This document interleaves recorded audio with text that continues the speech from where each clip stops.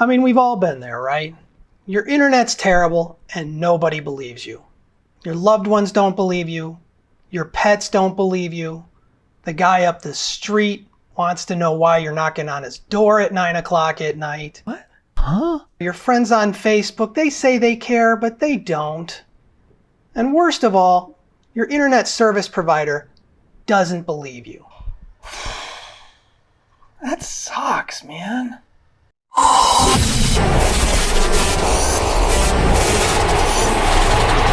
So in this video, I want to talk about two things.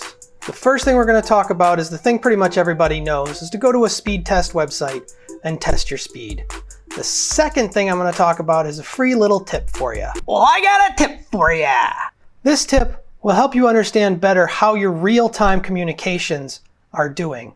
So downloading movies is one thing because your app doesn't have to be real time, so it can download the movie ahead of time and store it and play it back to you as it goes ahead. It can cache the movie as it goes along. And issues with downloading movies are likely going to show up in that first test. But real-time communications, we can't do that. We need to talk back and forth so things can't get delayed.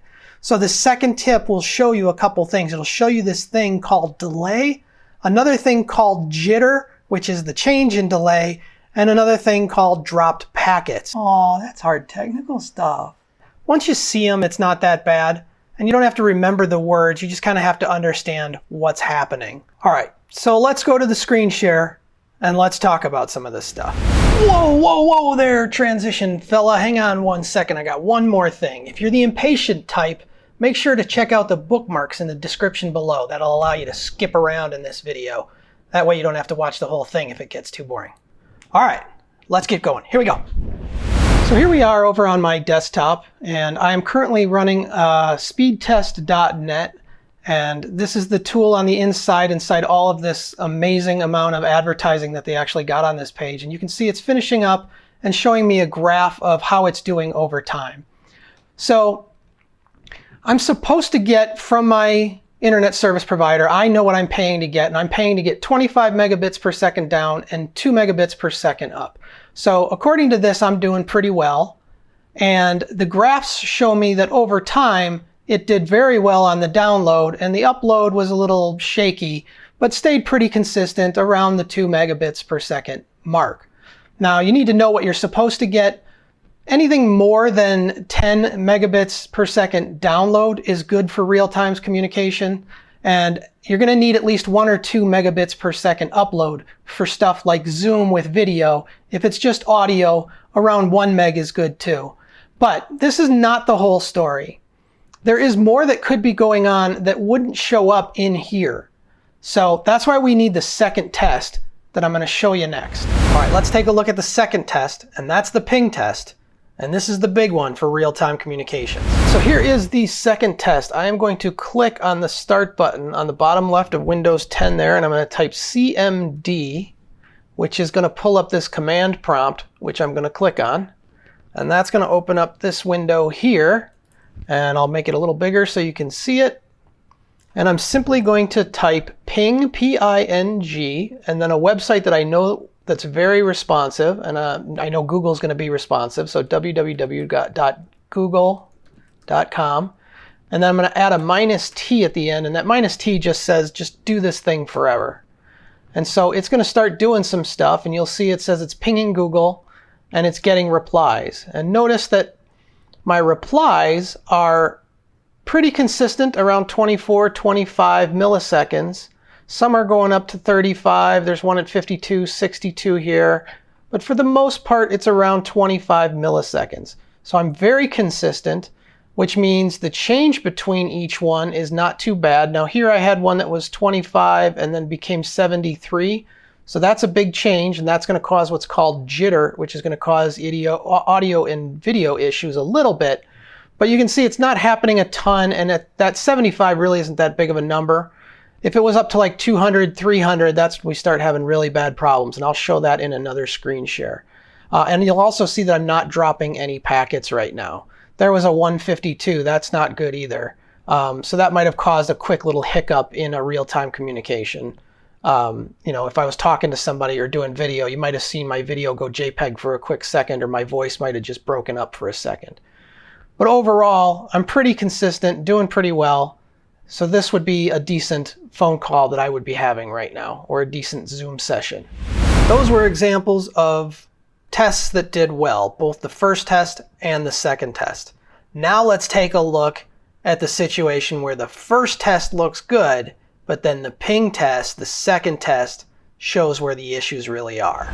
All right, so here I'm on a machine. I'm actually dialed in remotely, and you can see it's finishing up a test. And from this test, it looks like things are good, right? We've got 41 millisecond ping, which isn't too bad. We've got 43 megs down and 21 megs up. 43 megs down, 21 megs up?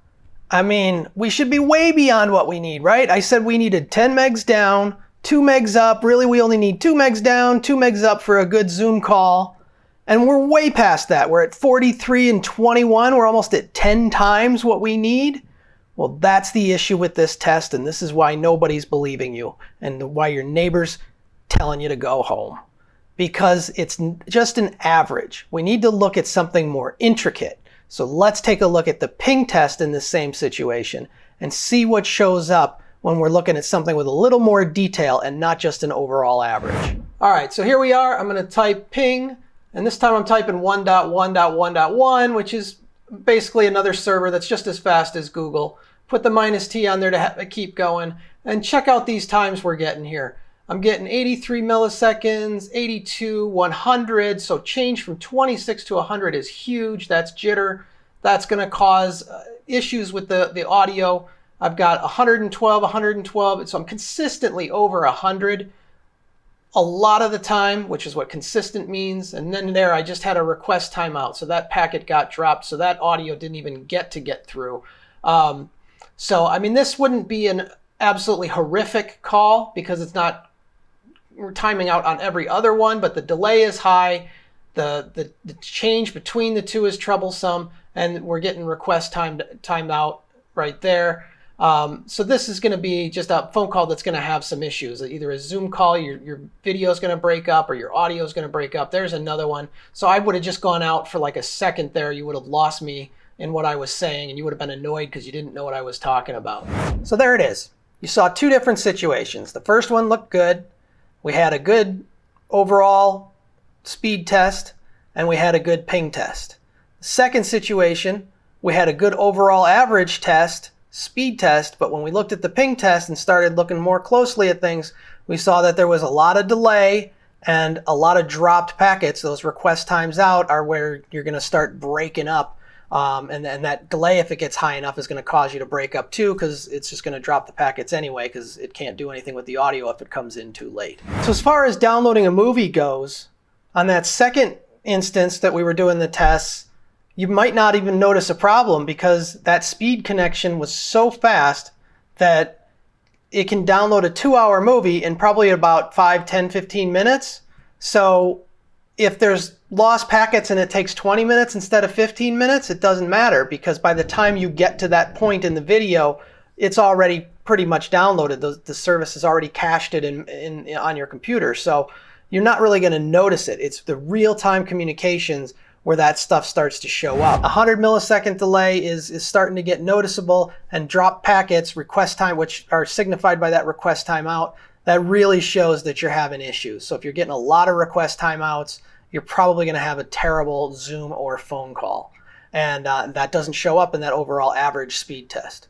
So there you go. That's the summary. That's the whole thing. I hope it was helpful. Leave me a note in the comments if you have any questions, and I'll try to answer. Thanks a lot, and we'll see you in the next video. Oh, you're still here. I'm sorry. This video's over. But if you hit that subscribe button, I mean really, make sure to hit that subscribe button. Then YouTube will let you know when another video comes out. And if you can find it, ring that bell. Then YouTube will definitely let you know when the next video comes out. Okay, take care of those things. And if you're a freelance developer, head on down to dedicatedmanagers.com and tell us about yourself. If you're looking for support on a project, head on down to dedicatedmanagers.com and tell us about yourself. Let us know what you need, and we'll help you find some solutions. All right, thanks for playing along. We'll see you in the next video.